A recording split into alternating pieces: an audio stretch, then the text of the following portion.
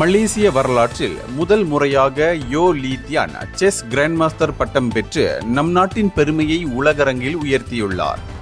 இந்த வரலாற்று சாதனையை மலேசியர்கள் அனைவரும் கொண்டாடி வருகின்றனர்.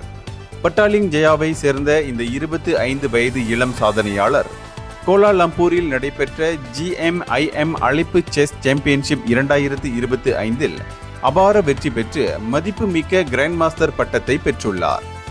அவர் தனது 3வது நார்மினை பெற்று 2500 ஃபீடே மதிப்பீட்டையும் கடந்து இந்த சாதனையை நிகழ்த்தியுள்ளார். சர்வதேச செஸ் கூட்டமைப்பால் வழங்கப்படும் கிராண்ட் மாஸ்டர் பட்டம் செஸ் விளையாட்டில் வழங்கப்படும் மிக உயர்ந்த கௌரவம் மட்டுமல்லாமல் செஸ் விளையாட்டாளர்களுக்கு இது வாழ்நாள் சாதனையாகவும் திகழ்கிறது. 3 வயதிலேயே செஸ் விளையாடத் தொடங்கிய லீ தியான் தனது பயணம் நீண்டதாகவும் தியாகங்கள் நிறைந்ததாகவும் இருந்தது என்று கூறினார். தனது அர்ப்பணிப்பு காரணமாக தனக்கு குழந்தை பருவம் இல்லை என்றும் அவர் தெரிவித்துள்ளார்.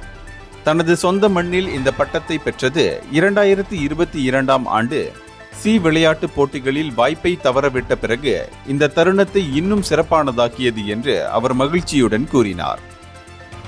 மேலும் தாய்லாந்தில் நடைபெறவுள்ள சி விளையாட்டு போட்டிகளில் லீ தியான் மீண்டும் மலேசியாவை பிரதிநிதிப்பார் என்றும் எதிர்பார்க்கப்படுகிறது. மலேசிய செஸ் சம்மேளனத்தின் தலைவர் அக்ராம்சியா சனூசி இந்த வெற்றியை வரலாற்று சிறப்பு மிக்கது என்று புகழ்ந்துரைத்தார். அது மட்டுமின்றி நாட்டில் இன்னும் பல கிராண்ட் மாஸ்டர்களை உருவாக்குவதற்கு உறுதியளித்துள்ளார்.